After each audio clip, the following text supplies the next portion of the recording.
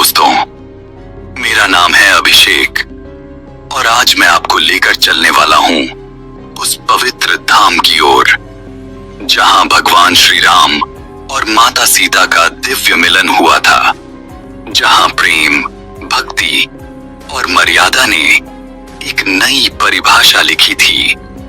यह कहानी है नेपाल के जनकपुर धाम की, जहां हर ईंट में राम जानकी के विवाह की गूंज सुनाई देती है, जहां हर गलियारे में आज भी जय सिया राम की आवाज प्रतिध्वनित होती है।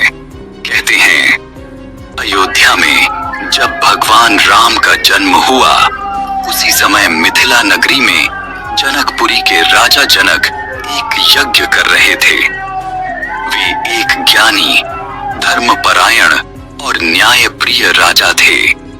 एक दिन जब वे खेत जोत रहे थे तो हल की नोक से धरती फटी और वहां से एक बालिका प्रकट हुई, अद्भुत तेज से युक्त, दिव्य स्वरूप वाली।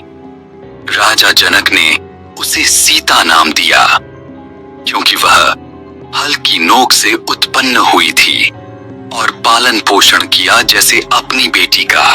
इसीलिए माता सीता को भूमिजा और जनक सुता भी कहा जाता है। समय बीता, सीता बड़ी हुई और उनकी सुंदरता व गुणों की चर्चा पूरे आर्यावर्त में होने लगी। राजा जनक ने प्रण किया कि जो वीर भगवान शिव के धनुष को उठाकर प्रत्यंचा चढ़ाएगा, उसी से सीता का विवाह होगा।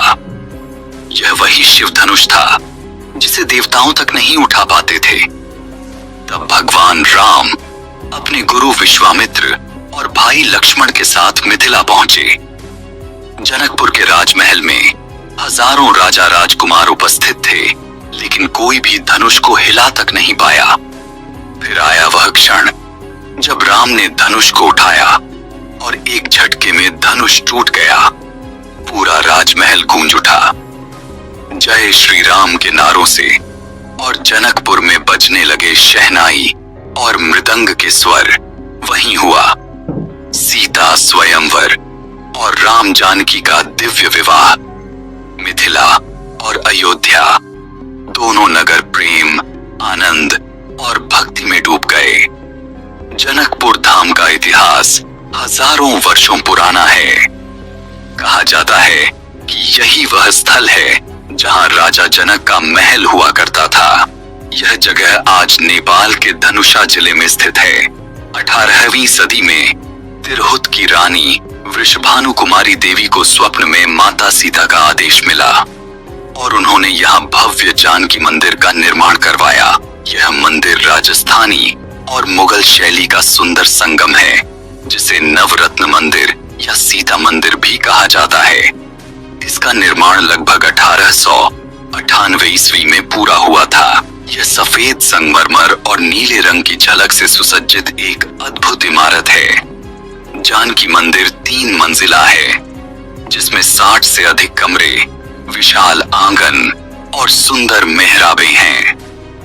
मंदिर के भीतर मुख्य गर्भगृह में सीता माता, श्री राम और लक्ष्मण की मूर्तियां विराजमान हैं। कहते हैं कि यहाँ रखी मूर्तियां अयोध्या से भेजी गई थीं, जो स्वयं अवध के राजा ने अर्पित की थीं। मंदिर के भीतर हर दीवार पर नक्काशी, रंगीन कांच और शिल्पकला देखी जा सकती है। रात में जब यहाँ दीप जलते हैं तो पूरा मंदिर स्वर्ग जैसा दमक उठता है। जानकी मंदिर से कुछ दूरी पर है विवाह मंडप, जहां श्री राम और सीता का विवाह संपन्न हुआ था। यह स्थान 4 मंडपों से मिलकर बना है, जो चारों भाइयों के विवाह को दर्शाते हैं। राम सीता, लक्ष्मण उर्मिला, भरत मांडवी और शत्रुघ्न श्रुतकीर्ति। यहाँ हर साल विवाह पंचमी के अवसर पर भव्य उत्सव मनाया जाता है। नेपाल और भारत दोनों देशों से लाखों श्रद्धालु आते हैं। पूरा जनकपुर फूलों, दीपों और भक्ति संगीत से जगमगा उठता है। आज का जनकपुर धाम केवल धार्मिक स्थल नहीं, बल्कि नेपाल का प्रमुख तीर्थ और पर्यटन केंद्र बन चुका है। घूमने की प्रमुख जगहें हैं यहाँ पर, जैसे जानकी मंदिर, मुख्य आकर्षण स्थल राम मंदिर, जानकी मंदिर के पास विवाह मंडप, राम सीता विवाह स्थल, गंगा सागर तालाब जहां सीता माता स्नान करती थीं, धनुष सागर, शिव धनुष से जुड़ा पवित्र सरोवर, जनकपुर संग्रहालय, मिथिला कला और संस्कृति का संग्रह, राम सीता विवाह समारोह स्थल जहां हर वर्ष भव्य कार्यक्रम होता है। अब बात करते हैं उस सवाल की जो हर यात्री के मन में होती है, घूमने में कितना खर्च आता है? मंदिर का दर्शन संपूर्ण रूप से निःशुल्क है, कहीं कोई टिकट नहीं लगता। फोटोग्राफी और वीडियोग्राफी बाहरी परिसर में अनुमति है, पर गर्भगृह के भीतर कैमरा प्रतिबंधित है। रहने की व्यवस्था, धर्मशालाएं और होटल दोनों उपलब्ध हैं। साधारण धर्मशाला में 200 रुपए से लेकर 500 रुपए प्रति रात, अच्छे होटल 1000 रुपए से लेकर 2000 रुपए प्रति रात तक ठहरने के लिए अच्छा रूम मिल जाते हैं। भोजन मंदिर परिसर में सस्ता और सात्विक खाना आसानी से मिल जाता है। 100 रुपए में अच्छा भोजन संभव है। भारत से जनकपुर तक सीधा बस मार्ग खुला है। जनकपुर में ई रिक्शा और टैक्सी सस्ती हैं।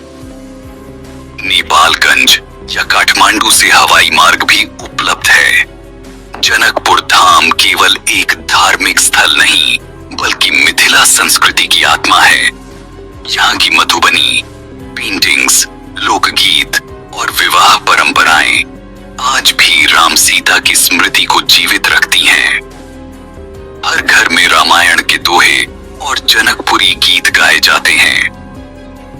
विवाह पंचमी के समय पूरा शहर एक जीवित कथा बन जाता है, जहां लोग बारात के रूप में अयोध्या से निकलते हैं और जनकपुर पहुंचकर विवाह समारोह में शामिल होते हैं। यह उत्सव भारत और नेपाल के बीच सांस्कृतिक एकता का प्रतीक है। कहते हैं, जो व्यक्ति श्रद्धा से यहाँ दर्शन करता है, उसके जीवन में वैवाहिक सुख, प्रेम और शांति बनी रहती है। यहाँ का गंगा सागर सरोवर मन की अशांति को दूर करता है।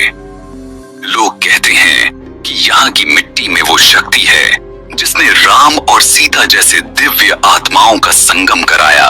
आज जनकपुर धाम को नेपाल सरकार और भारत सरकार दोनों मिलकर विकसित कर रहे हैं। यहाँ रामायण सर्किट योजना के तहत सड़क और पर्यटन सुविधाएं बढ़ाई जा रही हैं। भारत से अयोध्या जनकपुर रेल सेवा फिर से शुरू की गई है। मंदिर परिसर में एलईडी लाइट्स, गाइड और डिजिटल दर्शन सुविधा जोड़ी गई है। सुरक्षा और साफ सफाई का स्तर काफी बेहतर हुआ है। हर दिन हजारों श्रद्धालु दर्शन करने आते हैं और स्थानीय अर्थव्यवस्था का बड़ा हिस्सा अब तीर्थ पर्यटन से चलता है। जनकपुर धाम केवल एक स्थान नहीं, यह प्रेम और मर्यादा का प्रतीक है। जहां धरती ने भगवान को देखा और मानवता ने प्रेम की सबसे पवित्र परिभाषा सीखी। जब भी आप जनकपुर जाएं, तो सिर झुकाकर एक बार कहें, जय सिया राम, क्योंकि वही भावना, वही ऊर्जा आज भी इस धाम की हवाओं में बसी है। दोस्तों, मिलते हैं इस वीडियो के अगले पार्ट में। अगर आपको यह वीडियो पसंद आई हो तो वीडियो को लाइक और चैनल को सब्सक्राइब जरूर करें, क्योंकि मैं ऐसी ही वीडियो हर दिन लाता रहता हूँ।